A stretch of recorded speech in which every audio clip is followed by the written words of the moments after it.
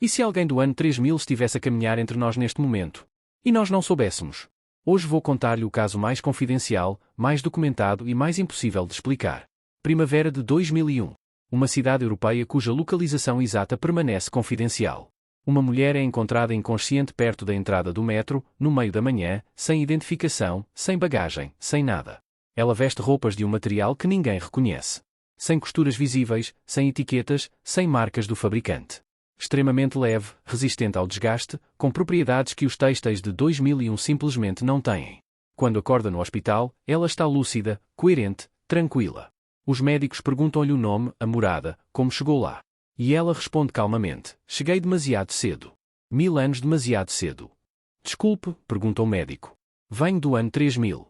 Não sei como cheguei aqui. Mas este não é o meu tempo. Os médicos pensam: confusão, trauma, delírio. Mas então eles a examinam clinicamente e encontram coisas que não fazem sentido. Estruturas sob a pele que não são implantes cirúrgicos, porque não há cicatrizes, como se tivessem crescido ali naturalmente. Ossos com densidade maior do que a de um humano normal. Tecido com resistência anormal. E marcadores de ADN que não correspondem a nenhuma mutação conhecida, como se a sua genética tivesse sido modificada, melhorada e evoluída. Durante as semanas seguintes, ela fornecerá informações, previsões, conhecimento. Coisas que ela não pode saber. Eventos que ainda não ocorreram. Tecnologias que não existem.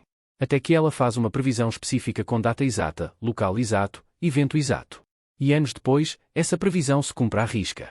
E então, uma noite, ela desaparece de um quarto vigiado, sem ativar alarmes, sem aparecer nas câmaras de segurança, como se nunca tivesse estado lá. Deixando apenas documentos, exames médicos, gravações e perguntas que ninguém pode responder. Era real? Ela realmente veio do ano 3000? Ou era algo mais, algo que em 2001 não tínhamos como compreender? Este é o caso arquivado, o processo que permanece selado, à espera que a ciência chegue ao ponto em que possa explicá-lo. O caso impossível da mulher do ano 3000 que apareceu em 2001 e nos mostrou o futuro antes de desaparecer nele. 23 de abril de 2001. Uma cidade europeia. 7h45 da manhã, hora de ponta. Milhares de pessoas a caminho do trabalho, da escola, rotina matinal normal. A estação de metro está movimentada, barulhenta, cheia de passageiros com café e jornais. Um segurança da estação chamado Marcos nota algo. Uma mulher deitada num banco perto da entrada principal, imóvel. O seu primeiro pensamento é que se trata de uma sem-abrigo ou alguém que perdeu o último comboio e adormeceu. Ele se aproxima para acordá-la educadamente, informando que ela não pode dormir ali. Mas quando está perto, percebe que algo está muito errado. Ela não está dormindo, está inconsciente, respirando, mas sem responder. Marcos imediatamente chama uma ambulância e, enquanto espera, observa. A mulher parece ter cerca de 30 a 35 anos, é caucasiana, tem cabelo castanho curto e rosto sem maquiagem. Mas suas roupas são estranhas. Ela usa algo parecido com um casaco e calças, mas o material é diferente de tudo que Marcos já viu. Não é algodão, não é poliéster, não é couro, não é nylon. É quase como tecido, mas mais firme, mais estruturado, com um brilho sutil e refletivo. E completamente sem costuras, como se tivesse sido moldado em uma peça, não costurado. Não há etiquetas, não há marcas, não há zíperes visíveis, não há botões. A cor é cinza escuro uniforme, sem variação, sem desgaste visível, embora o tecido pareça usado. Marcos toca cuidadosamente a manga. O material é extraordinariamente leve, mas parece resistente, quase indestrutível. A ambulância chega em 8 minutos. Os paramédicos avaliam a mulher. Sinais vitais estáveis, pressão arterial normal, pulso regular, respiração constante. Mas ela não acorda, não responde a estímulos verbais ou físicos leves. Ela é transportada para o hospital mais próximo, o hospital universitário, com um grande departamento de emergências. Marcos acompanha-a porque precisa fazer um relatório e porque está intrigado com a roupa estranha, com a total ausência de identificação.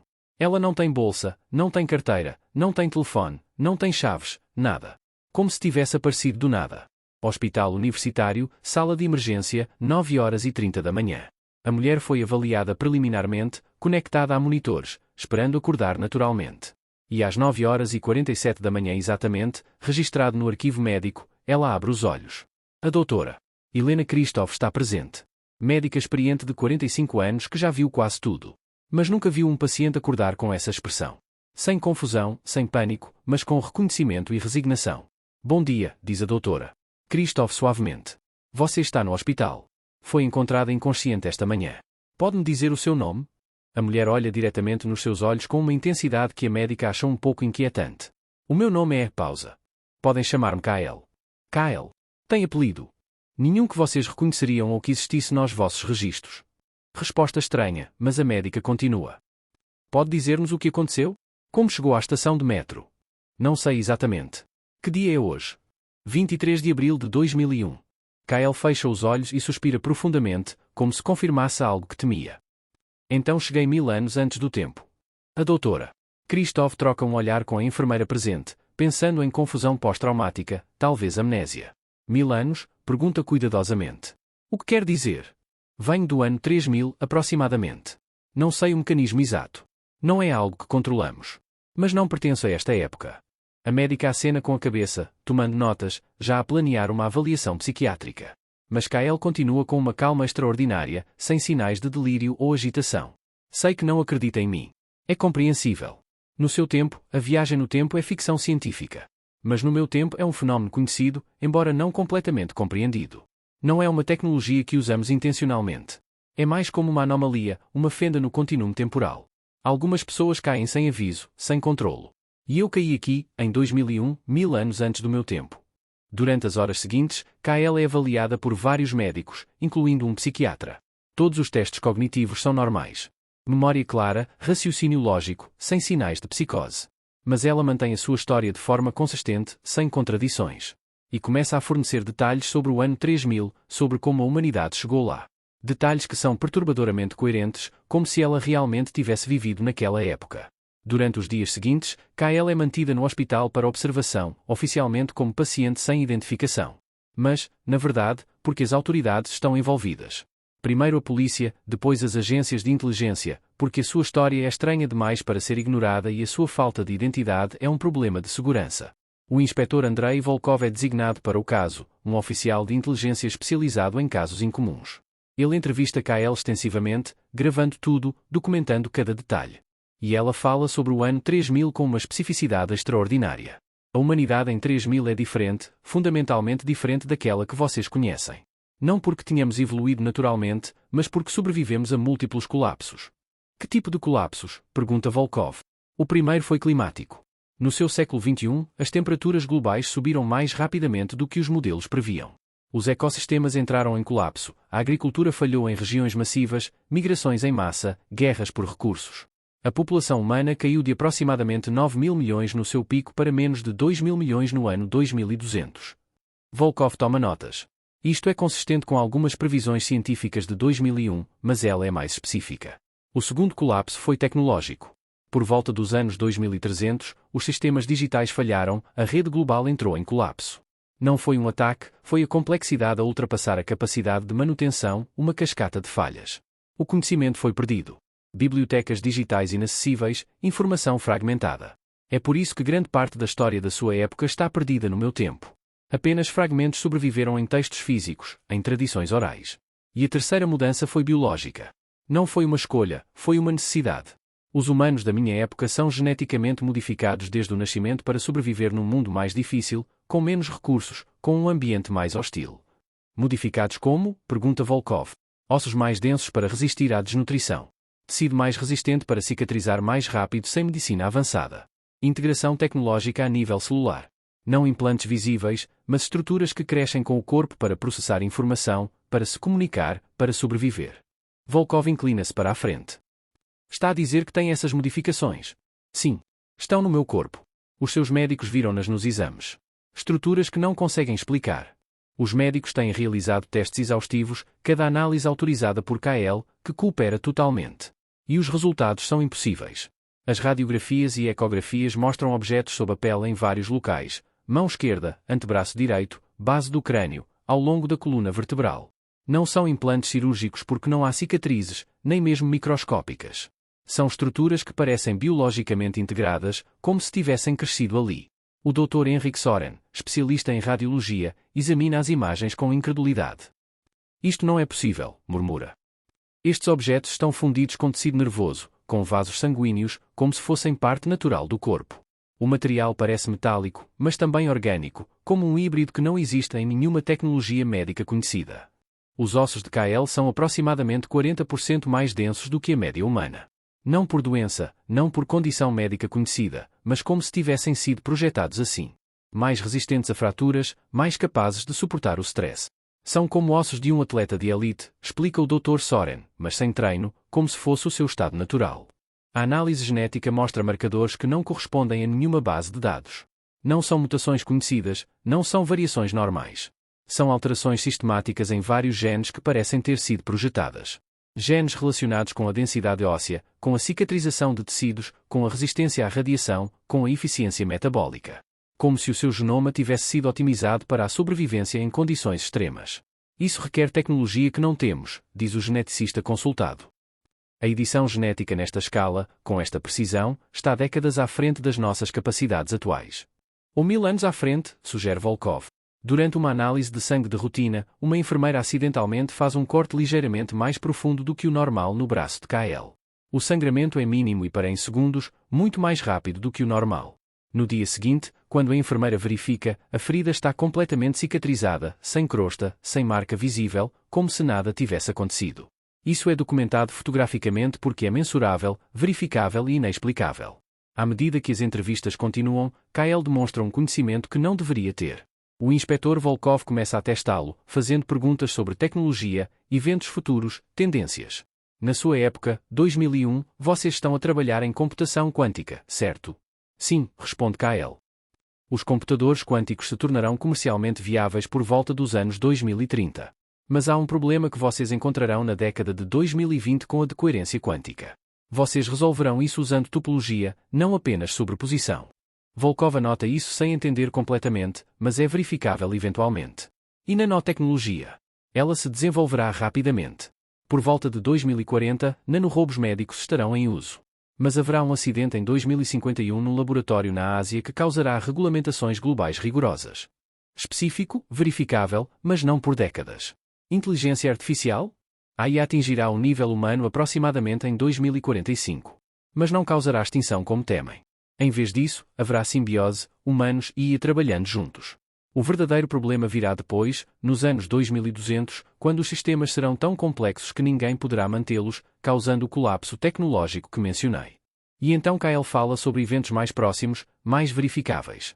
Em setembro deste ano, haverá um ataque nos Estados Unidos. Torres Gêmeas em Nova York. Volkov fica paralisado. Estamos em abril de 2001. Setembro está a meses de distância. Que tipo de ataque? Aviação civil sequestrada, usada como arma. Milhares morrerão e o seu mundo mudará. Iniciará guerras, criará vigilância em massa, alterará o curso do século XXI. Isto é gravado e datado de 23 de abril de 2001, meses antes do 11 de setembro. Pode ser mais específica? Pergunta Volkov. Kyle hesita. Eu poderia, mas não deveria. O conhecimento do futuro pode criar paradoxos, pode alterar linhas temporais. Se eu lhes dissesse a data exata, o local exato, os detalhes completos e vocês interviessem, o que aconteceria? O ataque seria evitado ou apenas adiado? Ou seria substituído por algo pior? Eu não sei e vocês também não. É por isso que há limites para o que posso partilhar. Mas ela faz outra previsão mais específica, mais próxima. Em 2008, haverá uma crise financeira global causada pela dívida hipotecária nos Estados Unidos. Os bancos entraram em colapso, as economias entraram em recessão e levará anos para se recuperar. E isso marcará o início da instabilidade económica que eventualmente contribuirá para os colapsos que mencionei. Mais uma vez, isto foi gravado em abril de 2001, 7 anos antes de 2008. À medida que Kyle permanece no hospital, o pessoal começa a notar coisas estranhas. Pequenas, subtis, mas consistentes. O relógio de parede no quarto de Kyle está constantemente adiantado, aproximadamente 15 minutos por dia. Ele é reajustado várias vezes, mas continua adiantado. Outros relógios no mesmo andar também apresentam inconsistências. Alguns estão adiantados, outros atrasados, como se o próprio tempo fluísse de maneira desigual perto dela. Os equipamentos médicos próximos a Kyle ocasionalmente funcionam mal sem motivo aparente. Os monitores desligam-se e ligam-se, as luzes piscam, os computadores congelam. Os técnicos verificam, mas não encontram falhas no hardware ou software. Quando os equipamentos são afastados de Kyle, funcionam perfeitamente. O pessoal que passa muito tempo com Kyle começa a relatar sonhos estranhos. Sonhos vívidos sobre o futuro, sobre cidades que não reconhecem, sobre tecnologia que não existe. A enfermeira Ana descreve um sonho em que está a caminhar por uma cidade com edifícios que crescem como plantas e veículos que flutuam sem ruído. O Dr. Soren sonha com uma biblioteca onde os livros são hologramas que falam.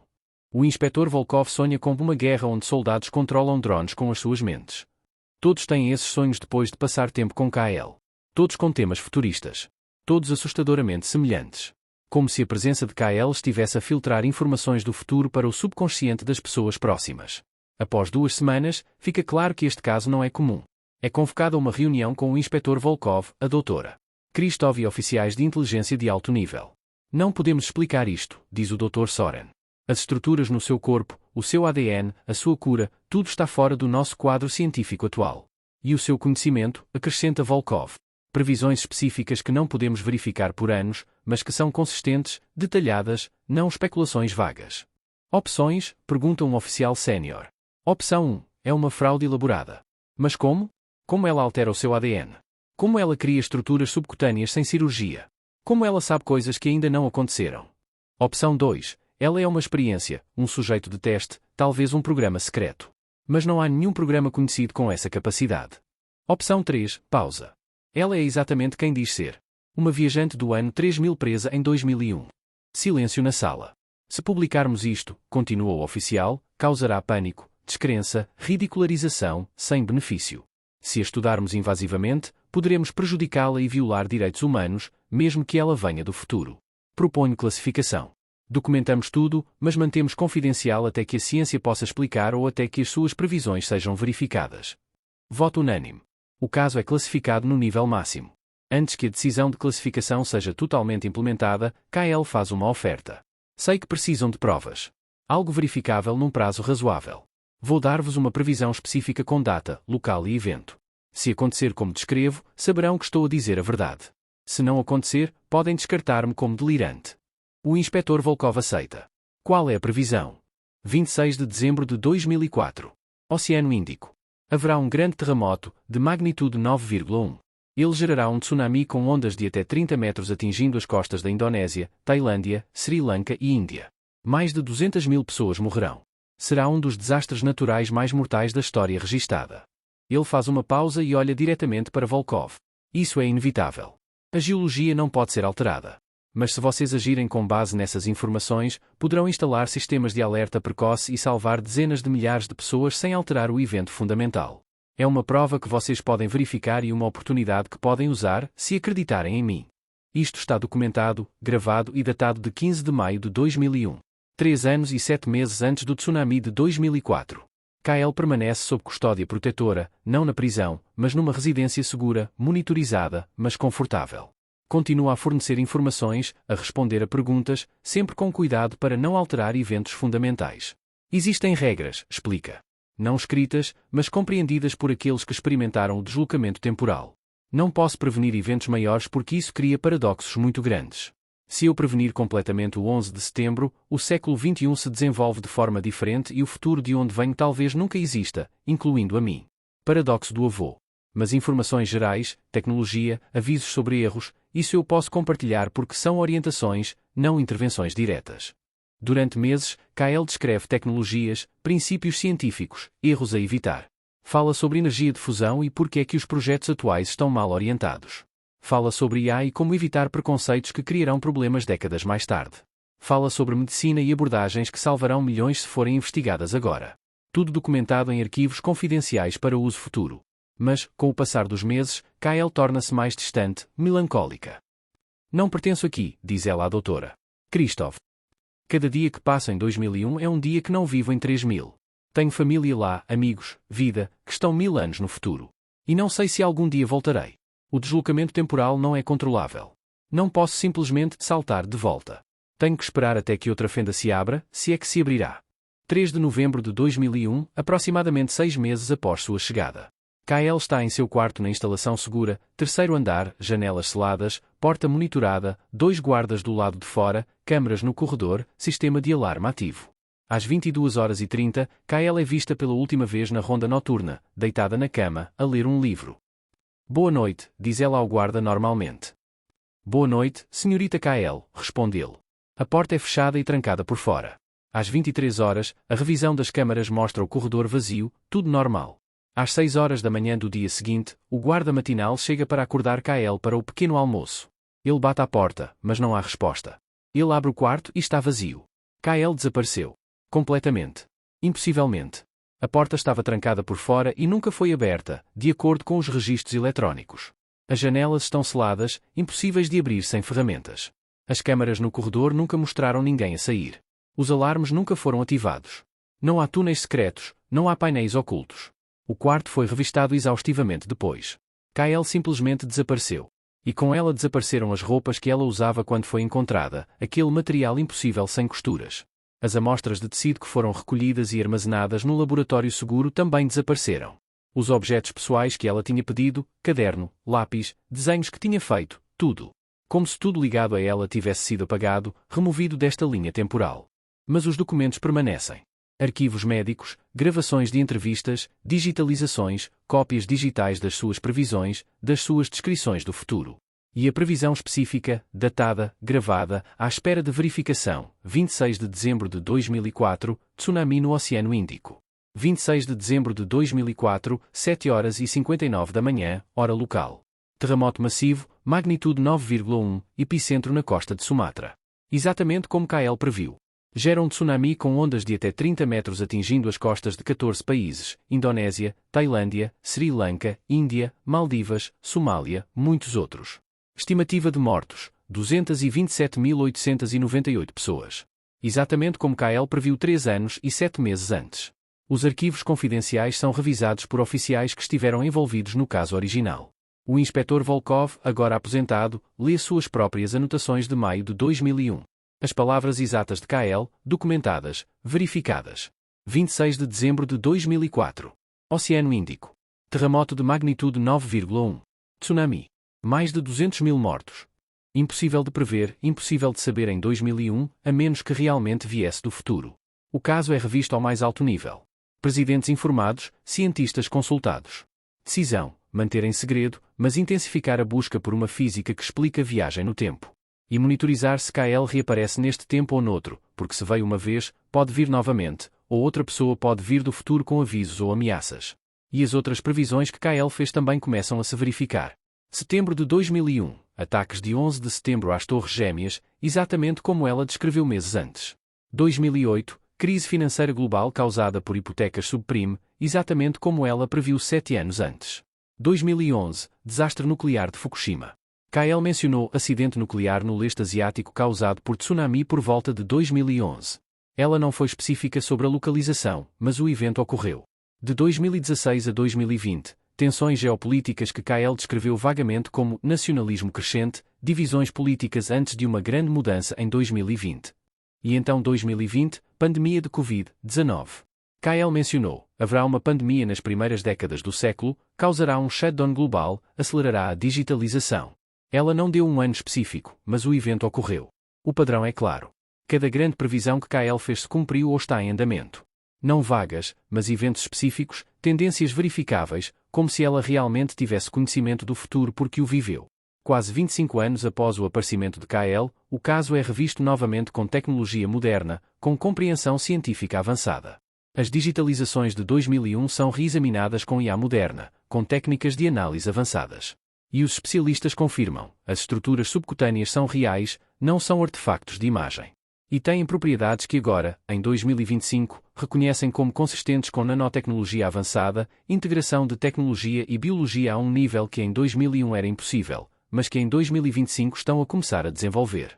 Como se Kyle tivesse uma versão 1000 anos mais avançada da tecnologia que estamos apenas a inventar. As amostras genéticas que foram digitalizadas antes de desaparecerem fisicamente são reexaminadas. E os geneticistas de 2025 reconhecem modificações CRISPR, mas extraordinariamente sofisticadas, editando não apenas genes individuais, mas redes completas sistematicamente. Tecnologia que em 2025 estão a começar a explorar, mas que Kyle tinha como parte natural do seu corpo. Em 2025, o consenso científico entre os poucos com acesso ao arquivo classificado é que Kyle era genuína, não uma fraude, não um experimento conhecido. Ela veio do futuro, provavelmente do ano 3000 ou próximo, exatamente como afirmou. Foi temporariamente deslocada por um mecanismo que ainda não compreendemos, mas que é real. E desapareceu, provavelmente regressando ao seu tempo ou sendo deslocada para outro, deixando apenas evidências, avisos e conhecimentos que a humanidade está apenas a começar a apreciar completamente. O arquivo de Kyle permanece confidencial, mas influencia secretamente. Cientistas com acesso ao arquivo usam as informações de Kyle para orientar pesquisas em energia de fusão, e a ética e nanotecnologia médica. Não copiando cegamente, mas sendo alertados sobre erros, becos sem saída, economizando anos, talvez décadas de pesquisa desperdiçada. Após o tsunami de 2004, sistemas de alerta precoce foram instalados globalmente, oficialmente em resposta ao desastre, mas na verdade influenciados pelo aviso de KL, que alertou sobre a possibilidade anos antes. Sistemas que, desde então, salvaram dezenas de milhares de vidas em tsunamis posteriores. E a busca continua por outros deslocados temporários, por mais fendas, porque se KL pôde vir, outros também podem. Monitorando pessoas com conhecimento impossível, tecnologia anacrónica, anomalias médicas.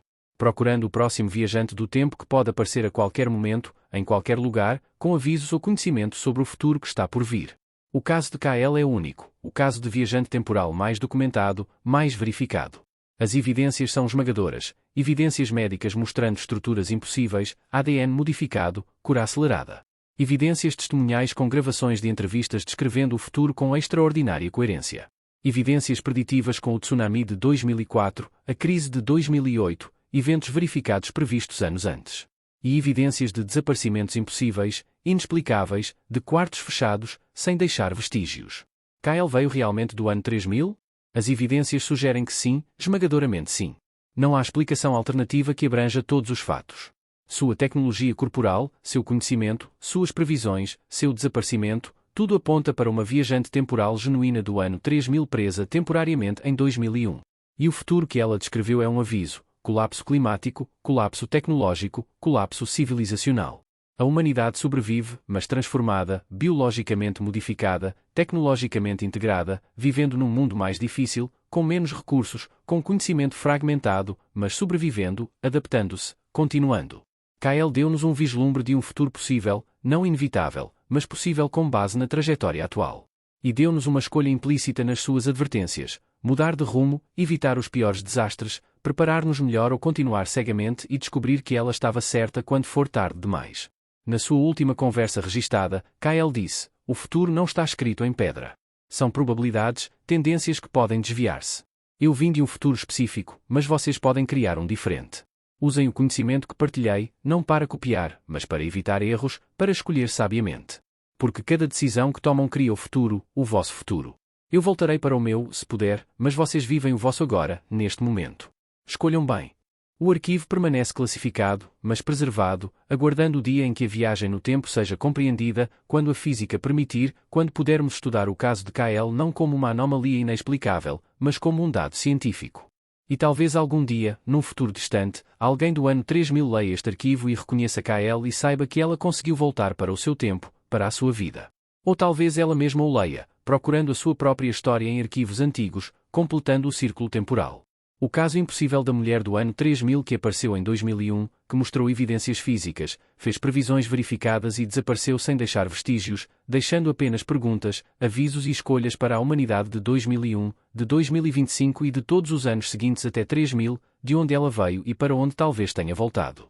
O caso permanece classificado, mas aberto, à espera de mais evidências, mais viajantes, mais compreensão de que o tempo não é imutável, o futuro não é fixo e a realidade é mais estranha do que jamais imaginamos.